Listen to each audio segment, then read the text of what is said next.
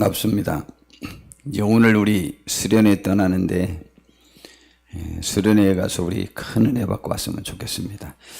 작년에 63명이 갔는데 올해는 70명 목표로 했거든요. 근데 여차저차한 이유로 여하튼 43명만 가게 됩니다. 그런데 많은 경우 우리 정예부대가 가시게 돼서 가서 크게 은혜 받고 예배에 대한 것을 잘 깨닫고 우리 돌아오면 우리 교회가 승리할 수 있을 것 같습니다. 수련을 위해서 더욱더 기도해 주시길 바라고, 오늘은 우리 사랑에 관해서 제가 말씀을 드리려고 합니다. 우리 교회 올 한 해의 표가 제일 좋은 사랑이 넘치는 교회라고 이렇게 목표를 정해서 이후로 한 2달여 동안 사랑의 주제를 가지고 우리가 말씀을 전하고 우리 함께 생각해 보려고 합니다. 성도 여러분, 사랑은 무엇이고 사랑은 어디서 왔다고 생각하십니까? 에스겔 선지자가 환상 중이에요. 환상 중에 에스겔 47장에 보니까 성수에 갔습니다. 그랬더니 성수에서 여기에서 이 성수면이 법궤가 이렇게 놓여져 있는 그 지성소 그 앞쪽에서 물이 새어 나오는 거예요. 그러더니 그것이 흘러서 밖으로 나가는 거예요. 그러더니 그것이 물이 차 넘치기 시작하는데 처음엔 발목까지 무릎까지 그러더니 올라가더니 허리까지 하더니 헤엄치지 않고는 건너갈 수 없는 그러한 강으로 변해버린 거예요. 그런데 그 강이 어떤 강이냐? 그 강물이 이르는 곳마다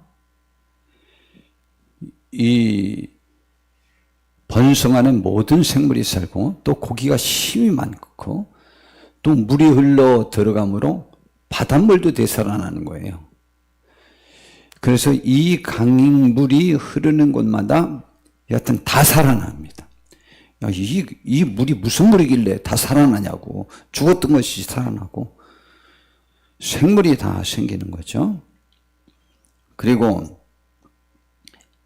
이 물이 이르는 곳마다 또 생물이 잔뜩 살아나니까 어부도 거기 많이 있을 거 아니에요. 또 옆에는 또 과수원도 많이 있으니까 과수원 주인들도 농사 짓는 사람들도 많겠죠. 그리고 그것이 아주 굉장히 풍성하게 많아질 것이라고 말했습니다.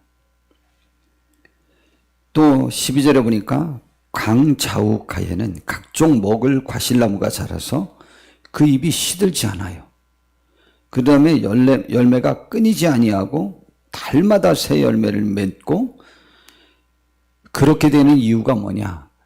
그 물이 가는 곳마다 살아나고, 여하튼 물 안에는 물고기들이 많이 늘어나고, 물이 닿는 물가의 모든 곳에는 생물이 살아나고 과일나무가 나오고, 그리고 약재료로도 쓰이고 막 그렇게 합니다.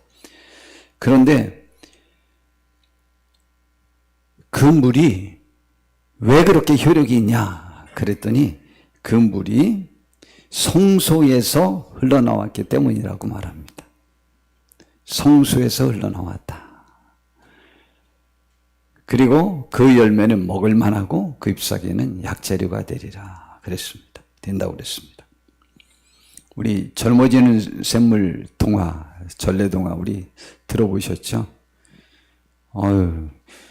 가서 그물을 먹고 오면 막 젊어진대요. 그래가지고 욕심쟁이 할아버지가 자기가 젊어지려고 거기 가서 그 물을 마셨잖아요. 근데 그 할아버지가 물 마시러 간다고 그래갖고 안 오는 거예요. 그래갖고 아기를 못 낳았던 착한 부부가 있었는데 그 할아버지를 찾으러 그 샘물까지 갔잖아요.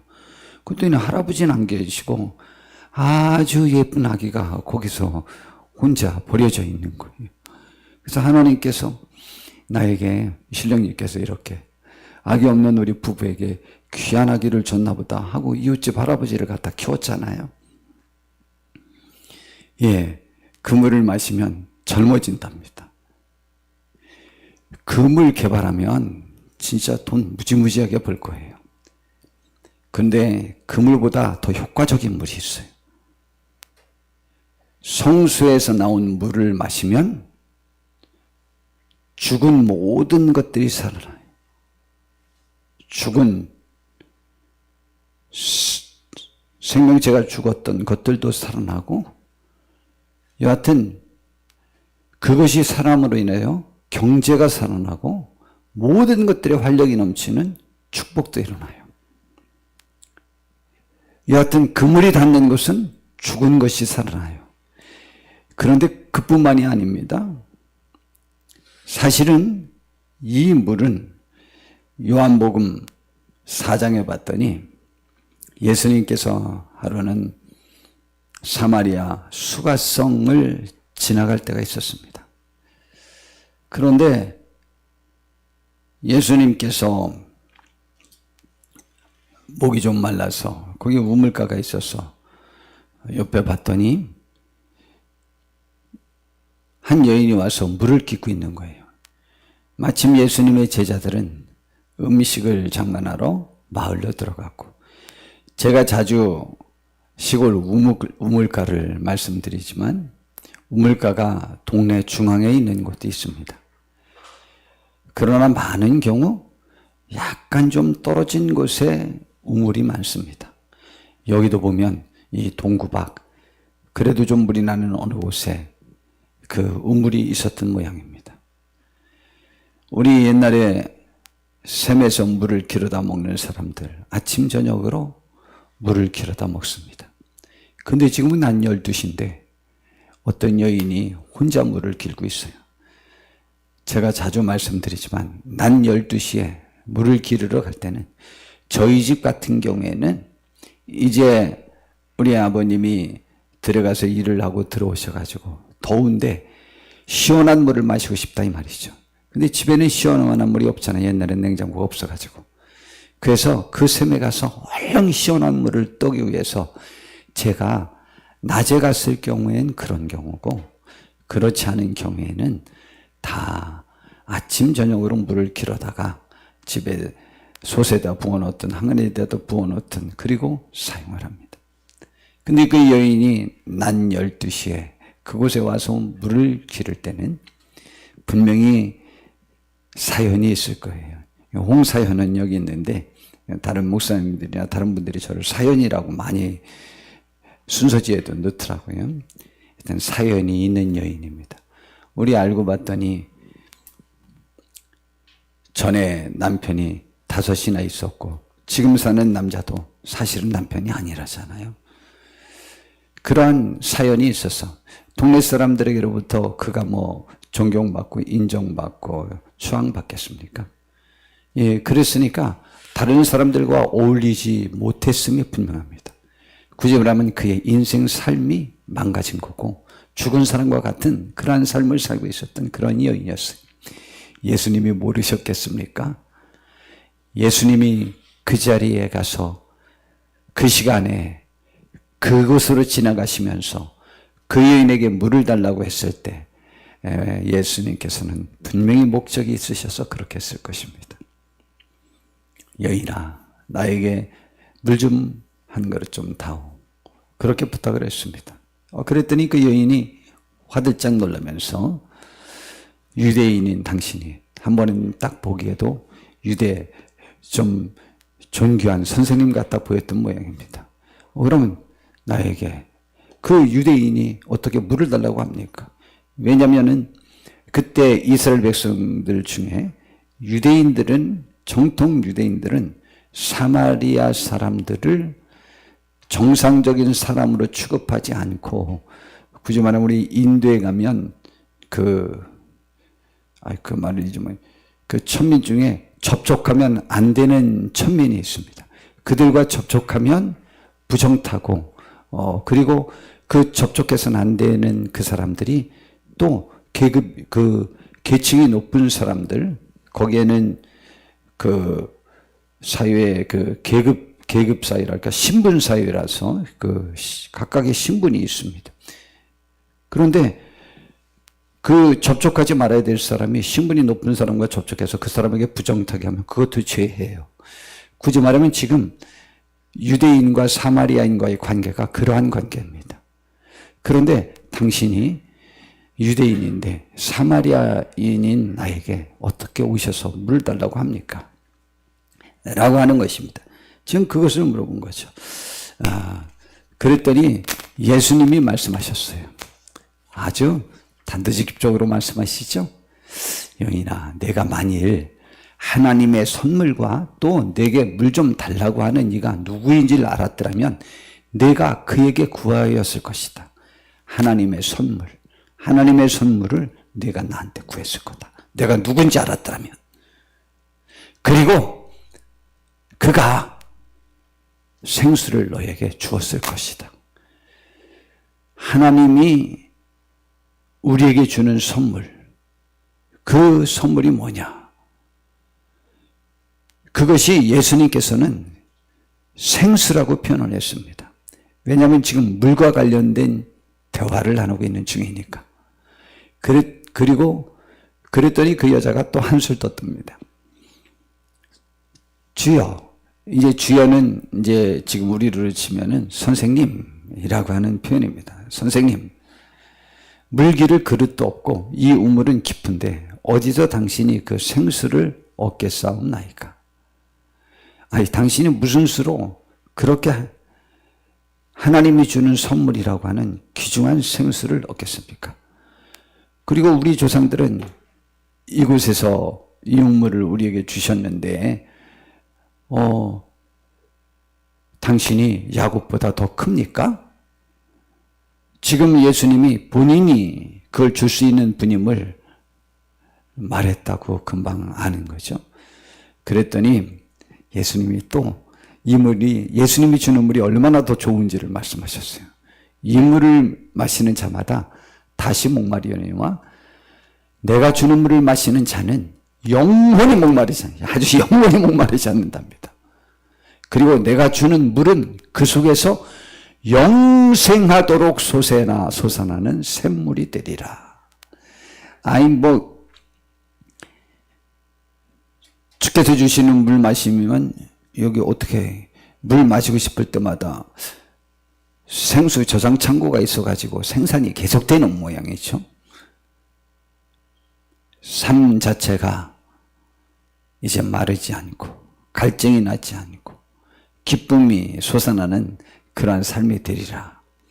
그래서 내가 여기 와서 이렇게 사람들의 낯을 피하여 난 12시에 물을 기르러 오는 그러한 삶, 또한 사람들을 피하여 숨어야 되는 그러한 삶, 그런 삶에서 내가 회복되리라, 살아나리라, 축복이 넘치리라, 기쁨이 넘치리라, 활력이 넘치리라, 뭐 이런 말씀으로 지금 주신 겁니다. 그랬더니 그 여인이 그 물이 너무 좋아서 주여 그런 물을 내게 주사 목마르지도 않고 또 여기 물 기르러 오지도 않게 하옵소서 그랬습니다. 그랬더니 예수님이 가서 남편을 데리고 와라. 제가 자주 말씀드리지만 이 생수를 마시려면 반드시 남편을 데리고 와야 됩니다. 반드시 나의 과거의 죄를 주님께 내어 놓아야만 그 물은 마실 수 있습니다. 사람의 모든 불행은 나의 삶을 죽이는 이유는 죄가 원인이 됐기 때문에 원인이 되는 그 죄를 고백할 때 주께서 그 죄를 해결해 주시고 용서해 주시고 그에게 새 소망을 주시는 축복을 맛볼 수 있게 되는 거예요. 고백이 필요합니다. 아무나 와서 값없이 와서 마시라고 주께서 초청을 하셨지만 그러나 그 값없이는 와야 되나 나의 죄는 고백하여야만 합니다. 그래서 주님을 만난 모든 사람은 하나님 앞에 정직하게 나를 고백한 사람이고 주님 앞에 크게 쓰임받는 놀라운 사람들은 100%가 하나님 앞에서 정직한 정도가 어느 정도에 따라서 하나님 앞에 귀히 쓰이느냐 쓰임받지 못하느냐가 결정되는 것입니다. 그래서 정직한 삶과 정직한 고백이 필요합니다. 공짜요, 무료예요, 거저예요. 누구나 볼 수 있어요. 그러나 하나님 앞에 나의 것을 감출 것이 있어서는 안 됩니다. 그래서 지금 그렇게 해서 그 여인이 살아났습니다. 살아날 것 같아요. 자기를 모든 것을 아시는 그분께서 자기와 대화해 주었을 때 자기를 더러운 여인아 부정타겠다 저리 가라 라고 한 것이 아니고 오히려 자상히 말씀해 주시는 그분으로 인하여 그의 삶의 치유가 단번에 일어난 것입니다. 그리고 그분은 분명히 그 여인이 생각할 때 성경에 약속한 메시아라는 생각이 들었어요. 그런데 그분이 나를 멸시하지 않더라. 나를 책망하지 않더라. 나를 치유해 주려고 노력하시더라. 얼마나 좋았겠습니까? 그게 사랑이죠. 예수님께서는 그 여인과 대화한 것은 그의 과거의 죄를 끄집어내서 문질러서 상처난 마음에 소금 뿌리고 죄를 뿌려 더 앓게 만들고 더 고통스럽게 만들려고 한 것이 아니고 그것을 치료해 주시려고 대화하신 것입니다. 그 여인이 물길로 왔던 그 물동이를 버려두고 동네를 뛰어가서 동네 사람들에게 전도하는데 뭐라고 했는지 알아요? 나와보세요. 동네 사람들 모두. 나의 과거를 모두 알아맞힌 사람이 있습니다. 제가 보기에 그분은 분명히 메시아입니다. 그들이 나와서 그분의 말씀을 한번 들어봅시다. 말도 안 했는데 뛰어가서 동네 사람들을 부끄러웠던 자기 과거를 내놓고 전도해갖고 전부 데리고 왔어요. 그 동네가 다 구원받았어요. 그 여인은 분명히 그 누구보다 적극적인 전도자가 되었고 기쁨과 활력을 갖고 복된 삶을 살고 이제 난 12시에 물길로 오지 않고 정상적으로 동네 사람들과 지내면서 복된 삶을 살고 오히려 그들의 지도자가 되었을 가능성도 있습니다.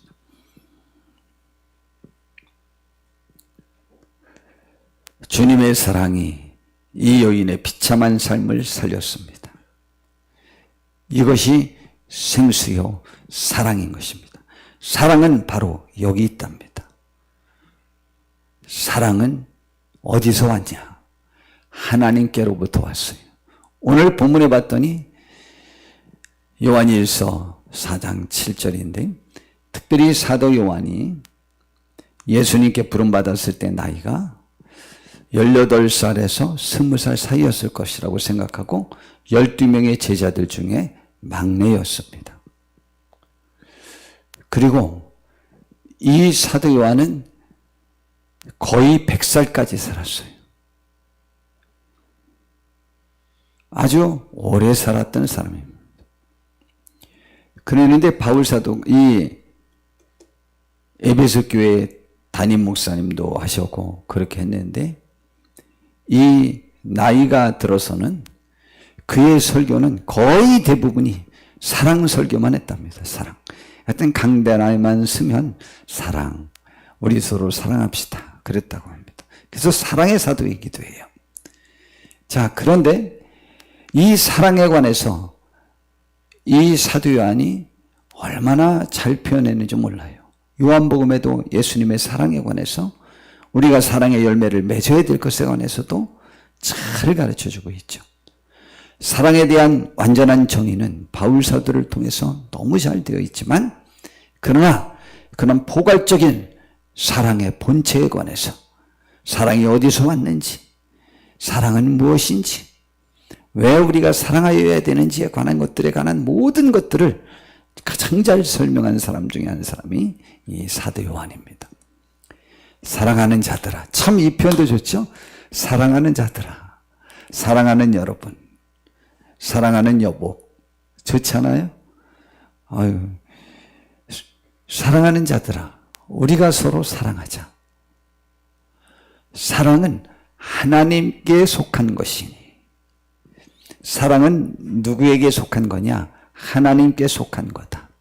그래서 사랑하는 사람들은 하나님의 것을 사용하는 거예요. 다른 말로 바꾸면 하나님의 사랑하는 자예요. 하나님의 사람이라는 거예요. 사랑하는 자마다 하나님으로부터 나서 이걸 또 어떻게도 정해야 하느냐? 하나님의 자녀라는 거예요. 사랑하는 사람이 하나님의 자녀라는 거예요. 하나님이 낳았다는 증거가 내가 사랑한다는 거예요. 그리고 하나님을 알고 있는 사람이라는 거예요. 사랑하는 사람. 사랑하지 않은 자는 하나님을 알지 못한다. 이유가 왜 그러냐?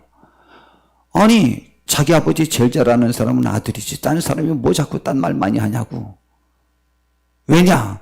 하나님은 사랑 자체이기 때문이다라는 거죠. 하나님은 사랑이시다. 그랬어요. 하나님이 사랑해요. 하나님 자체가 사랑해요. 하나님이 천지를 창조하신 것도 우리를 사랑해서 창조하신 거고, 그 여건을 만들어 주신 것도 우리를 사랑해서 그런 것이고, 범죄에서 죽을 수밖에 없는 것을 살리려고 했던 모든 행위들이 하나님이 사랑의 발로로 한 거예요. 우리를 여지껏 참아주신 것도 사랑의 발로로. 제가 언제 또 설교할 때 말할 거예요. 제가 8월 달에 너무 끔찍한 꿈을 꿨다고. 너무 끔찍해서 잊어버릴까 봐 깨자마자 바로 제가 적어놓은 꿈 이야기 했었죠. 제가 어제 그것을 또다시 읽어봤습니다. 이야, 그건 저의 잘못을 지적하는 꿈임을 다시 확인할 수 있었어요. 사랑은 예수님이 그 여인을 만난 것은 그의 과거를 굳이 말하면 활짝 까발린다고 그러나? 까발려서 그에게 상처를 더하게 하고 더 기죽게 만들려고 그의 과거를 언급한 것이 아니고, 이 과거의 죄의식 속에서 거기에 갇혀있는 그 여인을 완전한 자유를 주려고, 완전히 살아나게 하려고, 완전히 활력을 얻게 하려고, 지도자적 삶을 살 수 있게 하려고 그의 과거를 언급하셨습니다. 그게 사랑이죠. 하나님이 우리를 죄있다, 죄인이다 라고 정의하셨을 때는 우리의 죄를 책임질 의향으로 우리의 죄를, 무게를, 죄의 크기를 달아보시고 살펴보시고 했던 것입니다. 그걸 갚는데 얼마나 드는가 알고 갚아서 우리의 죄를 없애주려고, 그래서 하신 거죠. 하나님이 한 모든 행위가 사랑의 행위입니다. 하나님은 사랑이시라. 하나님의 사랑이 우리에게 이렇게 나타난 바 되었으니, 어떻게 나타났냐? 하나님이 자기의 독생자를 세상에 보내시면, 예수님을 보내시면 그로 말미암아 우리를 살리려고 보냈어요. 살리려고 보내면 대장군처럼 일어나가지고 막 적군을 쳐서 다 죽여가지고 살리는 경우도 있는데, 그것만 가지고도 안 되니까 보로 교환을 한 거예요. 보로 교환. 10절에 보니까 뭐라고 말했냐? 하나님의 사랑이 여기에 있으니, 여기에서 분명히 볼 수 있으니 우리가 하나님을 사랑한 것이 아니라는 거죠. 사랑하지 않아서 우리는 곁길로 가서 집단한 아들처럼 그렇게 했으니까요. 그랬는데 하나님이 우리를 사랑하사 우리 죄를 없애주기 위하여 화목제물로 그 아들을 보내셨습니다. 화목제물은 우리가 제사 드리는 자체가 다 뭐 화목제물일 수도 있어요. 그러나 특별히 화목제물은 이 제물을 내가 드리는 거예요. 제가 양을 드려요. 제사 드리는 이유가 뭐예요? 그 양을 제물이라고 그래요. 제물. 이걸 갖다 우리 만화에서 흔히 그러잖아요. 남을 죽이면서 이놈아 너는 희생 제물이야 그러잖아요. 예, 제물은 죽어야 돼요. 근데 제사를 드릴 때 그 제물은 왜 드립니까? 제사 드리는 사람의 죄와 부족함 혹은 나의 공과 정성을 이 제물에 담았으니 이 제물을 조상님이시여 혹은 신님이시여 받으시고 제가 죽어야 제일 대신 이 제물을 드리오니 제물 받으시고 저를 용서하사 저에게 무한 축복을 주세요 라고 할 때 드리는 것이 제물이에요. 그래서 신과 우리와의 관계가 하나 되게 만들고 화목해서 신의 축복을 우리가 풍성히 받아 누리게 하려고 드리는 게 제사예요. 그런데 성경은 제사에 관해서 그 어떤 다른 미신 종파들보다 어떤 종교보다 그 제사 혹은 제물에 관하여 가장 자세하게 잘 설명이 되어 있어요. 제물을 갖고 오면 제사를 드리는 그 사람이 그 제물인 양의 머리에 손을 얹어 안수합니다. 이 안수하는 이유는 나의 죄를 이 제물에게 전가시킵니다. 그러니 이 제물 받으시고 이 제물이 죽는 것은 죄 대신 죽는 겁니다. 그리고 이 제물 받으시고 용서하소서. 화목제물. 이게 속죄제이기도 하지만 화목제물도 비슷한 의미가 있는 거죠. 특별히 화목에 초점을 둔 거죠. 하나님과 화목하고 또 저 화목은 바울사도를 통하여 하나님께서 에베소서에 말하기를 이방인과 유대인이 하나 되게 하고 모든 사람의 인류가 하나 되는 거예요. 그것을 위한 제물이 화목제물이에요. 그 화목제물로 누구를 보냈는지 알아요? 아들을 제물로 보냈어요. 제물로. 그 아들을 죽여서 하나님과 우리가 유대인과 우리가 전 세계인이 다 같이 하나 되게 하기 위해서. 그래서 사랑이 여기에 있는 거예요. 그래서 하나님이 사랑해요. 본래 사랑이라 저 일을 할 수 있어요. 마귀는 저 일을 죽었다 깨내도 못합니다. 마귀가 저거를 하면 심장이 터져 죽어요. 마귀는 저런 일을 하면은요 견디지 못합니다. 그는 마귀라. 하나님은 저 일을 하지 않으면 그 심장이 터져 죽어요. 하나님은 저 일을 하려고 존재하는 분이에요. 그래서 그분은 사랑해요. 사랑의 본체예요. 그래서 사랑하는 자들아, 하나님이 이같이 우리를 사랑하셨은즉 우리도 서로 사랑하는 것이 마땅하다라고 요구하는 사랑이 여기 있어요. 어느 때나 하나님을 본 사람이 없을 때 만일 우리가 서로 사랑하면 하나님이 우리 안에 거하시고 그 사랑이 우리 안에 온전히 이루어지느니라. 예, 하나님이 우리가 사랑하면 우리 안에 거하시고 그 사랑이 우리 안에서 온전히 이루어져요. 성도 여러분, 여러분이 남을 사랑하는 것이 힘들고 어렵습니까? 어느 것이 더 힘든가 제가 한번 여쭤볼게요. 우리 성도님들, 못된 사람을 사랑하는 게 어렵습니까? 미워하는 게 어렵습니까? 미움과 분노가 치솟을 때가 기분이 더 좋고 행복합니까? 내 마음속에서 그에 대한 사랑이 넘칠 때가 더 행복합니까? 물어볼 필요도 없습니다. 남을 미워하고 분노가 치솟으면 밤잠을 못 잡니다. 저도 화가 나고 너무 어떤 것들이 불합리하고 정의롭지 못한 것을 봤을 때 몇 주간 잠을 제대로 못 잡니다.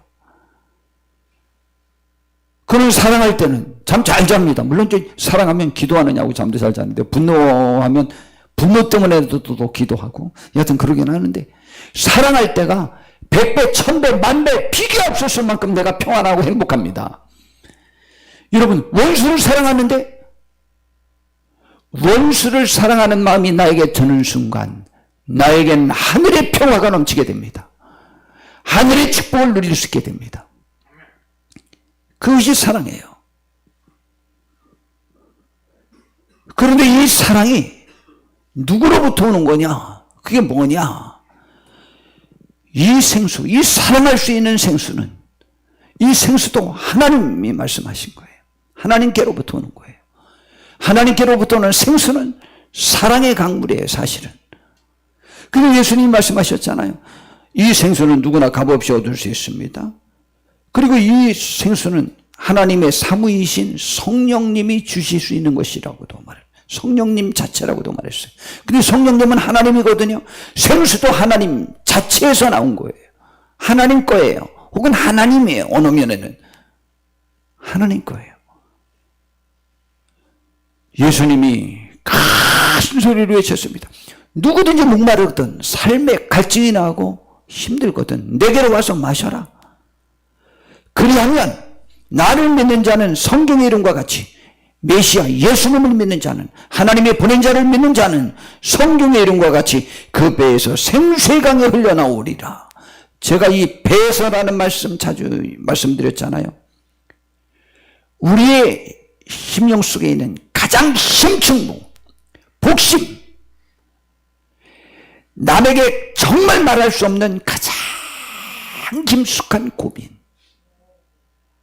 가장 큰 문제, 그것이 해결됨으로 인하여 그 뱃속에서 고민이 나오는 것이 아니고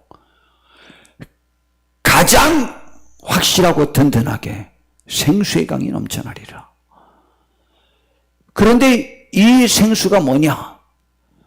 예수님을 믿는 자들이 받을 성령을 가리켜 말씀하심이라고 했습니다.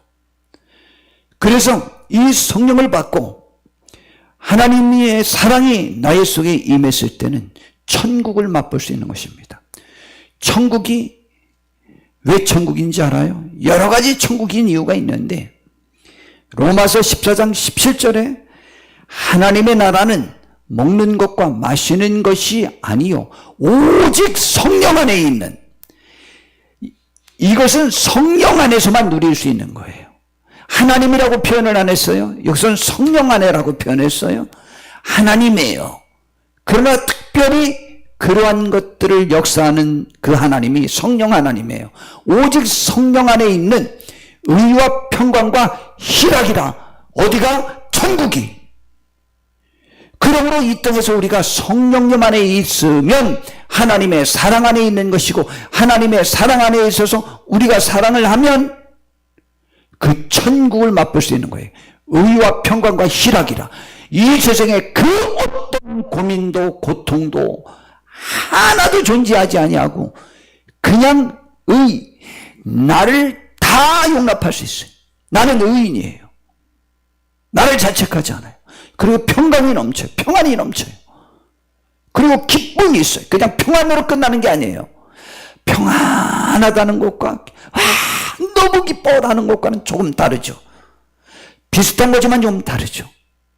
성령 안에 있는 거죠. 사랑할 때 천국을 맛볼 수 있습니다. 사랑할 때 성령님이 역사한다는 것을 알 수 있어요. 사랑할 때 주님이, 하나님이 내 안에 계신 것을 알 수 있고, 내가 그분의 자녀임을 확신할 수 있어요. 내가 미워하는 하나님의 자녀 맞아? 라는 생각이 들거든요.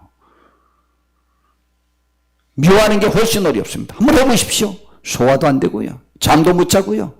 막 얼굴 전체가 뭐라 해야 되나, 초췌해 보이고요.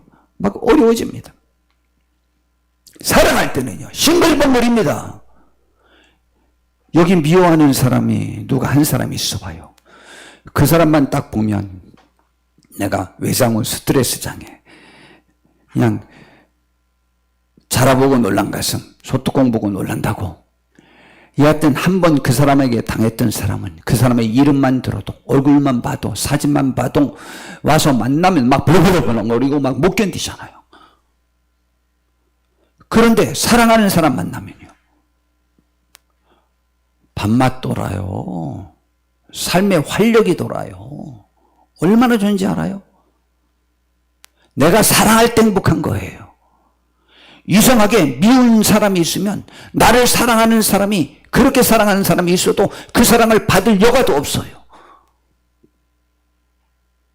교회에서 나를 굉장히 사랑하는 사람이 있는데 내가 미워하는 사람 때문에 그 사랑을 무시해버려요. 무서워요.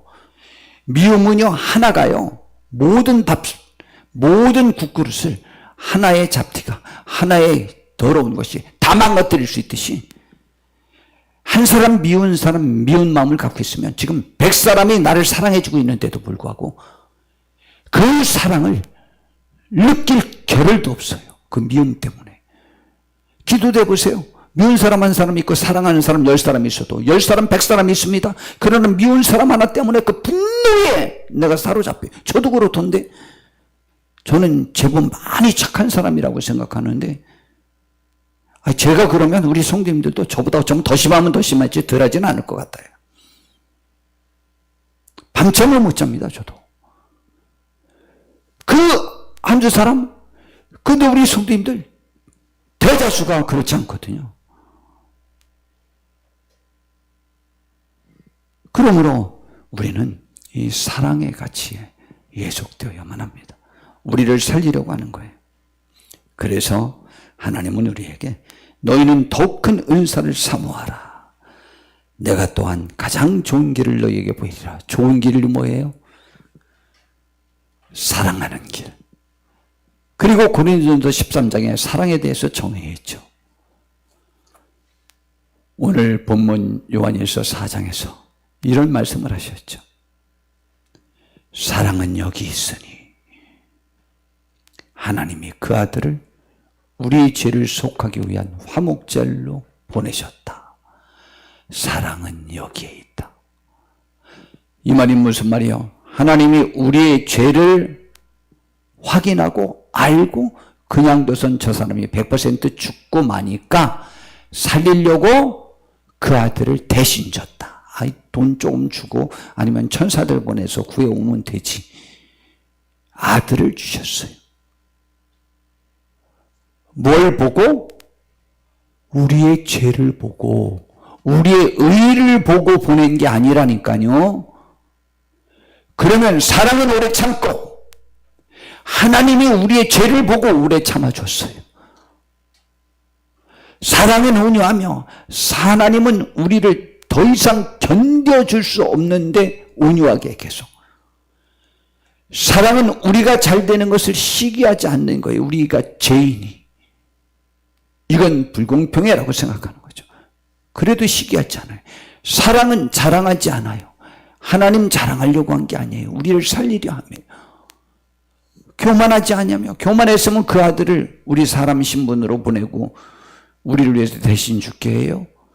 절대 무례행하지 않습니다. 무례행하였으면 우리를 위해서 대신 죽어줘요. 자기의 유익을 구하지 않아요. 그리고 성내지 않아요. 악한 것을 생각하지 않고요. 그리고 불의를 기뻐하지 않고 진리와 함께 기뻐하면서도 그렇게 하는 거죠. 그러면서도 모든 것을 참고 모든 것을 믿으며 모든 것을 바라며 모든 것을 견디는 것이죠. 우리가 저 사랑을 받았으니 우리도 저 사랑을 다른 사람에게 하기를 기대하는 거예요. 사랑이 그것이에요. 그래서 믿음, 소망, 사랑 이 세 가지는 항상 있을 것인데 그 중에 제일은 사랑이라고 하는 것입니다. 그러므로 우리는 이 사랑을 행하는 복된 하늘의 사람들 다 되시기를 진심으로 바랍니다. 기도하겠습니다. 하나님이 말씀하셨습니다. 사랑은 하나님께 속한 것이라고 했고 하나님 자체가 사랑이라고 했습니다. 사랑은 하나님이 우리가 죄인임을 알고 그 아들을 주신 것에 있다고 했습니다. 주여, 우리도 다른 사람이 죽어 마땅한 사람인 줄 알고 그를 살리기 위하여 힘쓰는 사람이 되기를 하나님이 원하십니다. 그것이 사랑이랍니다.